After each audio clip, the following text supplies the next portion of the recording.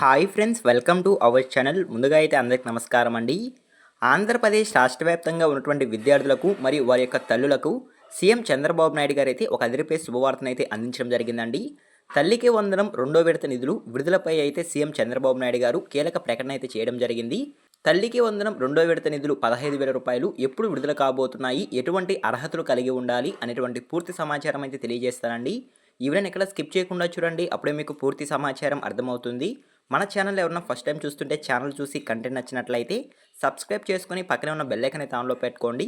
So ఇక late చేయకుండా డైరెక్ట్గా వీడియోలోకి అయితే వెళ్ళిపోదామండి.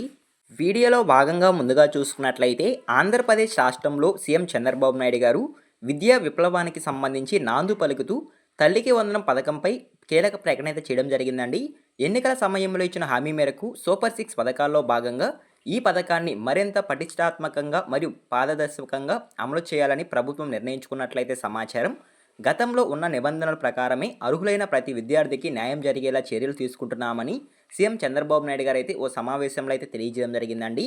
నెల్లూరులో నిర్వహించిన ప్రజావేదిక సభలో ముఖ్యమంత్రి నారా చంద్రబాబు నాయుడు గారు మాట్లాడుతూ విద్యార్థులు తల్లులకు ఇచ్చే ఈ ఆర్థిక సాయాన్ని జూన్ 12వ తేదీన విడుదల చేస్తున్నట్లు స్పష్టం చేయడం జరిగిందండి. వేసవి సెలవులు అనంతరం పాఠశాలలు తెరిచిన రోజే ఈ నిధులను నేరుగా తల్లుల యొక్క బ్యాంక్ ఖాతాలో జమ చేస్తామని సీఎం చంద్రబాబు నాయుడు గారు అయితే ఆ సమావేశంలో తెలియజేయడం జరిగింది. ఈ ఏడాది పథకంలో అతిపెద్ద మార్పు ఏమిటంటే ఒక కుటుంబంలో ఎంతమంది విద్యార్థులు ఉంటే అందరికీ 15,000 చొప్పున అందజేయడం జరుగుతుందని ప్రభుత్వం అయితే తెలియజేయడం జరిగిందండి. ఇది పేద మరియు మధ్యతరగతి కుటుంబాలకు విద్యా ఖర్చులు పరంగా పెద్ద ఊరనిచ్చే ఉపయోగం అయితే చెప్పుకోవచ్చు. సో వారికి చాలా ఉపయోగపడుతుంది అంటే సమాచారం అండి. ఆంధ్రప్రదేశ్ రాష్ట్ర వ్యాప్తంగా ఉన్నటువంటి విద్యార్థులకు జూన్ 12వ తేదీ సో వేసవి సెలవులు పూర్తయి అనంతరం స్కూల్స్ స్టార్ట్ అయిన రోజే ఈ తల్లికి వందనం రెండో విడత నిధులు 15,000 రూపాయలు తల్లుల యొక్క బ్యాంక్ ఖాతాలో జమ చేస్తున్నట్లయితే సమాచారం అండి. గతంలో కేవలం 52% మందికి విద్యార్థులకు మాత్రమే లబ్ధి చేకూరగా ప్రస్తుతం కూటమి ప్రభుత్వం అందరికీ లబ్ధి చేసే విధంగా అయితే చర్యలు తీసుకుంటున్నట్లయితే సమాచారం అండి. ఈ పథకాన్ని విస్తరిస్తున్నట్లు విద్యాశాఖ మంత్రి నారా లోకేష్ గారు అయితే గతంలో వెల్లడించడం జరిగింది. అదేవిధంగా ఈసారి కూడా అర్హత ఉండి పథకం అందని వారు ఎవరూ ఉండకూడదని సీఎం చంద్రబాబు నాయుడు గారు అయితే స్పష్టం చేయడం జరిగిందండి. ప్రతి ఒక్కరికి లబ్ధి చేకూరేలా అధికారులకు ఆదేశాలు జారీ చేశామని నారా లోకేష్ గారు అయితే తెలియజేయడం జరిగింది. అదేవిధంగా నెక్స్ట్ చూసుకున్నట్లయితే పథకం అమలు తీరును అర్థం చేసుకోవడానికి గత ఏడాది విడుదలైన జీవో నెంబర్ 26 మార్గదర్శకాల ప్రకారం 1వ తరగతి నుండి 12వ తరగతి వరకు చదువుతున్న ప్రతి విద్యార్థి తల్లికి వందనం పథకానికి అర్హత కలిగి ఉంటారు అంటే సమాచారం అండి. 1వ తరగతి నుండి 12వ తరగతి వరకు చదువుతున్న విద్యార్థులు మాత్రమే తల్లికి వందనం పథకం కింద లబ్ధి పొందేందుకు అవకాశం ఉంటుందంటే సమాచారం. సో ఓకేనా. ప్రభుత్వ, ప్రైవేట్, ఎయిడెడ్ మరియు ఆన్ ఎయిడెడ్ పాఠశాలలు, కాలేజీలు విద్యార్థులకు ఇది వర్తిస్తుంది అంటే సమాచారం.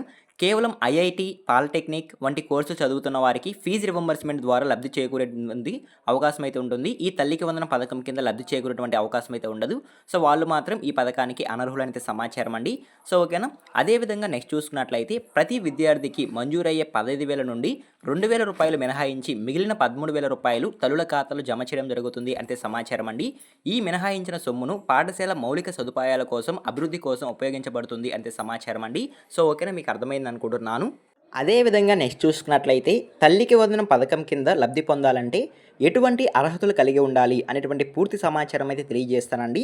సో ముందుగా చూసుకున్నట్లయితే కుటుంబ ఆదాయం అనేది గ్రామీణ ప్రాంతాల్లో 10,000, అదేవిధంగా పట్టణ ప్రాంతాల్లో 12,000 లోపు ఉండాలి అంటే సమాచారం. వీరు మాత్రమే తల్లికి వందనం పథకానికి అర్హత కలిగి ఉంటారు అంటే సమాచారం. అదేవిధంగా రేషన్ కార్డు, చెల్లుబాటు అయ్యే రైస్ కార్డు కలిగి ఉండాలి. 3 ఎకరాలు మాగాని లేదా 10 ఎకరాల మెట్ట భూమి లోపు వీళ్ళకి భూమి ఉంటేనే సో వాళ్ళు మాత్రమే ఈ పథకానికి అర్హులైతే సమాచారం. అదేవిధంగా విద్యుత్ వాడకం సగటుగా నెలకు 300 యూనిట్ల లోపు విద్యుత్ కాలితేనే వాళ్ళు తల్లికి వందనం పథకానికి అర్హులైతే సమాచారం. అదేవిధంగా 4 చక్రాల వాహనం ఉండకూడదు. ట్రాక్టర్, ట్యాక్సీ, ఆటోలకు మినహాయింపు, కారు ఉండకూడదు అంటే సమాచారం. అదేవిధంగా విద్యార్థులకు తప్పనిసరిగా ఉండాల్సింది ఏంటంటే విద్యార్థికి కనీసం 75% హాజరు అనేది ఉండాల్సి ఉంటుందంటే సమాచారం అండి. ఈ హాజరు ఉంటేనే తల్లికి వందనం పథకం కింద లబ్ధి పొందేందుకు అవకాశం అయితే ఉంటుందంటే సమాచారం. సో ఓకేనా. సో ఈ విధంగా మీరు అర్హతలు కలిగి ఉంటేనే తల్లికి వందనం పథకం కింద 13,000 రూపాయలు లబ్ధి పొందేందుకు అవకాశం అయితే ఉంటుంది. సో ఓకేనా. జూన్ 12వ తేదీ ఆంధ్రప్రదేశ్ రాష్ట్ర వ్యాప్తంగా ఉన్నటువంటి విద్యార్థులకు సీఎం చంద్రబాబు నాయుడు గారు అయితే తల్లికి వందనం పథకాన్ని అమలు చేయబోతున్నట్లయితే సమాచారం.